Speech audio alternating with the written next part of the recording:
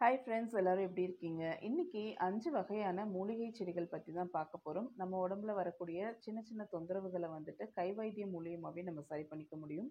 அதுக்கு இந்த மூலிகைகள் ரொம்பவே உபயோகமா இருக்கும்.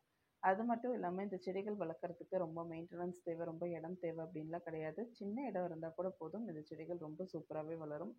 இந்த கை வைத்தியம், வீட்டு வைத்தியம், பாட்டி வைத்தியம் எப்படி வேணாலும் சொல்லிக்கலாம். இது வந்து ஆரம்ப காலகட்டத்தில நம்ம வர்றதுக்கு முன்னாடியோ, இல்ல வந்து ஒரு நாள் ஆனதுக்கப்புறமோ நமக்கு எடுத்துக்கும்போது, இது வந்து குணமாகும். ரொம்ப சிவியரா இருக்கு அப்படிங்கிற பட்சத்தில நம்ம கண்டிப்பா டாக்டர்ட்ட போய் தான் ஆகணும்.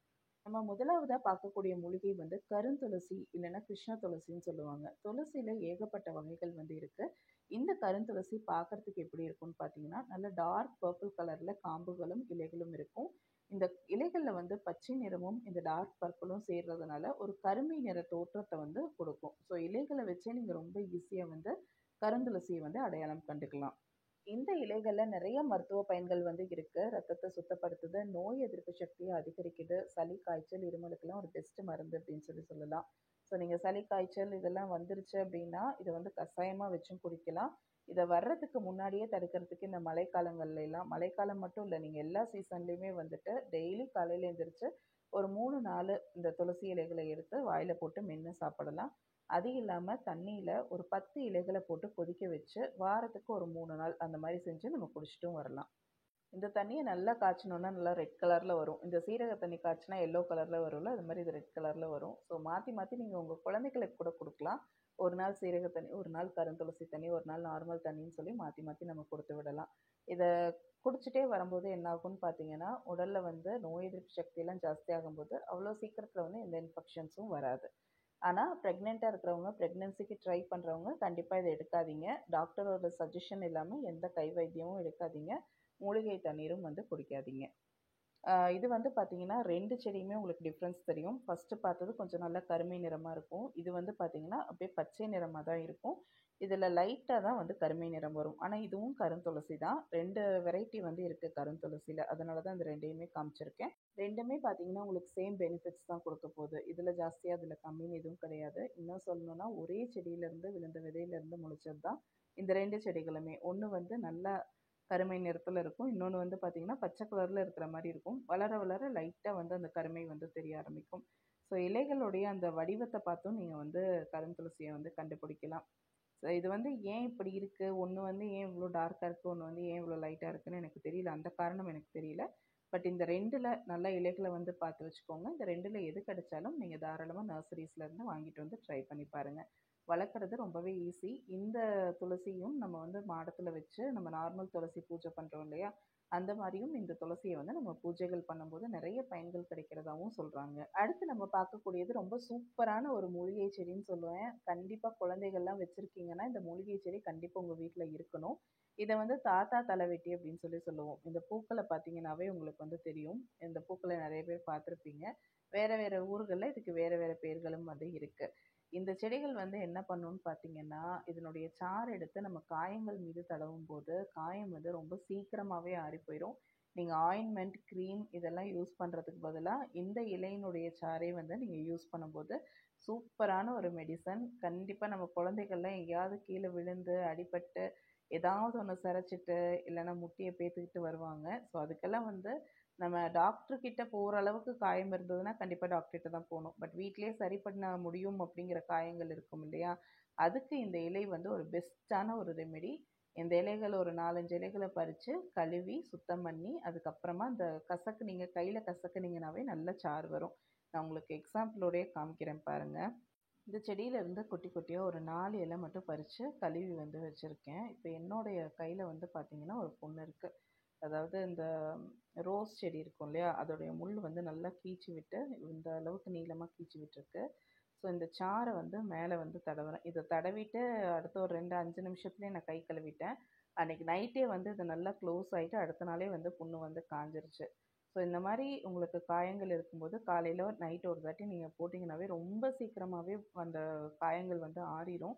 எனக்கெல்லாம் அடிக்கடி அந்த ரோஸ்ல வந்து நான் ஏதாவது கிளறி விடுறேன், செய்றேன்னா நெறைய வந்து கீச்சு விட்டுரும். ஸோ அதுக்கு அப்படியே அங்கேயே வந்து இந்த இலைகள கழுவிட்டு நீங்க கசக்கும்போது, கையில கசக்கும்போது சாறு வந்து நல்லாவே வரும். அதனால தான் கழுவிட்டு யூஸ் பண்ண சொல்றது. ஸோ அந்த மாதிரி வந்து நீங்கள் பயன்படுத்திக்கலாம். கண்டிப்பாக ஒரு பியூட்டிஃபுல்லான ஒரு மூலிகை செடி இன்றைக்கி ரோட்டோரங்களில் நிறைய பார்க்க முடியறதில்ல. அதனால் உங்கள் மாடி தோட்டத்தில் ஏதாவது ஒன்று ரெண்டு முளைக்குதுன்னா அப்படியே பாதுகாத்து வச்சுக்கோங்க. நான் என்னுடைய தோட்டத்தில் இந்த மாதிரி தான் போட்டு வச்சுருக்கேன். அடுத்ததாக நம்ம பார்க்கக்கூடியது கற்றாழை. இதுக்கு பெருசாக எந்த மெயின்டெனன்ஸும் தேவையில்லை. சும்மா தரையில் வச்சிங்கனாவே பக்கத்தில் பயங்கரமாக வந்து உங்களுக்கு சின்ன சின்ன குட்டி குட்டி கத்தாழை செடிகள் வந்து வர ஆரம்பிச்சிடும். இதை தரையில் தான் வைக்கணுங்கிற அவசியம் இல்லை. கயிறு கட்டி நம்ம தொங்க விட்டால் கூட அது காற்றுலேயே ஒரு ஏர் பிளான்ட் மாதிரியும் வளரும். பட் அதனுடைய க்ரோத் வந்து ரொம்ப ஸ்லோவாக இருக்கும். கண் திருஷ்டிக்கும் வந்து கற்றாழை செடிகள் வந்து வைப்பாங்க வீட்டு முன்னாடி. ஸோ இந்த செடிகளை வந்து எப்படி யூஸ் பண்ணணும் அப்படின்னு பார்த்தீங்கன்னா, அந்த சைடில் இருக்கக்கூடிய முட்கள் எல்லாத்தையுமே ரிமூவ் பண்ணிவிட்டு அந்த மேலே இருக்கக்கூடிய பச்சை நிறத்தோலையும் ரிமூவ் பண்ணிங்கன்னா உள்ளே வந்து சோறு மாதிரி, அதாவது ஒயிட் கலரில் வந்து உங்களுக்கு கிடைக்கும். அதை வந்து நல்ல ஒரு 6-7 டைம் வாஷ் பண்ணிவிட்டு அந்த வலுவலுப்பு போகிற மாதிரி வாஷ் பண்ணிவிட்டு ஒரு 1-2 பீஸ் காலையில் வந்துட்டு நீங்கள் தேன் கூட கலந்து சாப்பிடும்போது உடல் உஷ்ணத்தை வந்து அது குறைக்கும். கற்றாழை அந்த உள்ளே இருக்கு இல்லையா, அந்த ஒயிட் கலர் போர்ஷன், அதை நல்லா கழுவி எடுத்துட்டு மிக்ஸி ஜாரில் போட்டு நல்லா அரைச்சி வச்சுக்கோங்க. அதை வந்து ஒரு பாட்டிலில் நீங்கள் ஸ்டோர் பண்ணி வச்சுக்கோங்க. 3 டேஸ் ஒன்ஸ் 4 டேஸ் ஒன்ஸ் அந்த மாதிரி பண்ணி வச்சுக்கோங்க. ஏன்னா 1 வீக்கெல்லாம் இருந்துச்சுன்னா ஒரு மாதிரி ஆயிரும். ஸோ 3 டேஸ் ஒன்ஸ் 4 டேஸ் ஒன்ஸுங்கும் போது கொஞ்சம் ஃப்ரெஷ்ஷாக இருக்கும். ஃப்ரிட்ஜில் வச்சுக்கோங்க. அதை எப்போல்லாம் எடுத்து யூஸ் பண்ணுறீங்களோ அப்போ வந்து ரூம் டெம்பரேச்சருக்கு வந்ததுக்கப்புறம் எடுத்து அதை நீங்கள் யூஸ் பண்ணிக்கலாம். இதை வந்து நீங்கள் ஸ்கின்ல வந்து ஃபேஸுக்கு, கை கால்களுக்கு இதுக்கெல்லாம் தடவிட்டு படுக்க போகிறதுக்கு முன்னாடி தடவிட்டு அந்த மாதிரியும் பண்ணிக்கலாம். அந்த மாதிரி பண்ணும்போது உங்களுக்கு அது ஒரு மாய்ஸ்சரைசர் மாதிரி ஆக்ட் ஆகும். நல்ல ஈரப்பதமாக வச்சுக்கும், இளமையாகவும் வச்சுக்கும் சருமத்தை. சருமத்தில் ஏதாவது ஒரு ரேஷஸ் ஏதாவது ஒன்று வந்திருக்கு, புண்ணு இருக்குது, தழும்பு இருக்குன்னா கூட இதை வந்து நம்ம தடவிட்டே வரும்போது அதுவும் வந்து குறையும். அதே மாதிரி தலைக்கு குளிக்க போகிறீங்க அப்படின்னா ஒரு அரை மணி நேரத்துக்கு முன்னாடி இந்த ஜெல்லை வந்து தலையில் நல்லா ஸ்கேல்ப்லாம் படுற மாதிரி அப்ளை பண்ணிவிட்டு அதுக்கப்புறமா போய் குளிச்சுட்டு வந்துட்டு இருந்தீங்கன்னா உங்களுக்கு தலைமுடி வளர்ச்சி வந்து ரிசல்ட் வந்து உங்கள் கண்ணு முன்னாடியே தெரியும். அந்தளவுக்கு ஒரு நல்ல வளர்ச்சி வந்து இருக்கும். எனக்கு குளிர்ச்சி ஆகாது, தலை குளிச்சாலே தலைவலி வந்துடும் அப்படிங்கிறவங்க மட்டும் இதை ஸ்கிப் பண்ணிக்கோங்க. அடுத்ததாக நம்ம பார்க்க போகிறது திருநீற்று பச்சிலை. நல்ல நறுமணம் மிக்க ஒரு மூலிகைன்னு சொல்லலாம். நிறைய மூலிகைகளுக்கு வந்து இந்த வாசனை அப்படிங்கிறது நல்லாவே இருக்கும். அதனால தான் மூலிகை தோட்டம் வச்சு அந்த காற்றை வந்து நம்ம சுவாசிக்கும் போது உடலும் சரி உள்ளமும் சரி ஆரோக்கியமாக இருக்கும் அப்படின்னு சொல்கிறாங்க.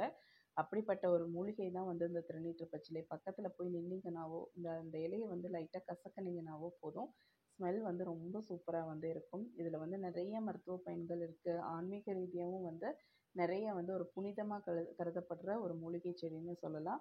இதை பற்றின டீட்டெயில்டு வீடியோ வந்து நம்ம யூடியூப் சேனலில் இருக்குது. நான் டீட்டெயில்டாக அதில் வந்து எல்லாமே சொல்லியிருக்கேன்.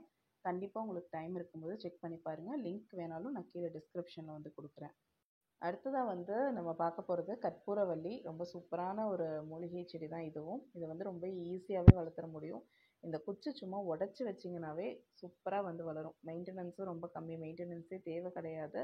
அது வாட்டிக்கு வளர்ந்துட்டே இருக்கும். நம்ம ப்ரொபகேஷன் வந்து ரொம்ப ஈஸி. இந்த செடிகளை உற்பத்தி பண்ணுறது யார் வீட்லையாவது இருக்குன்னா சும்மா ஒரு குச்சை உடச்சிட்டு வந்து வச்சிங்கனாவே போதுமானது.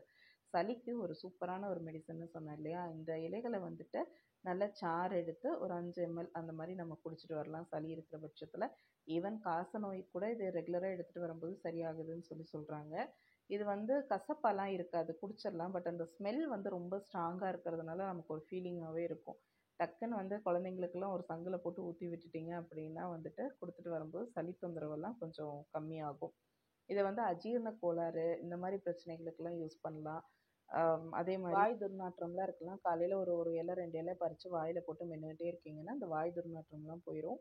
அஜீரண கோளாறுக்கு வந்து நான் எப்படி இதை எடுத்துப்பேன்னு பார்த்தீங்கன்னா, இந்த கற்பூரவள்ளி இலை ஒன்று, வெத்தலை இலை ஒன்று, ஒரு 2-3 மிளகு, கொஞ்சமாக வெந்தயம், ஒரு 2-3 பல் வெந்தயம், இதை வந்து அப்படியே வாயில் போட்டு மெல்ல சொல்லுவாங்க. கஷ்டமாக தான் இருக்கும் கொஞ்சம்.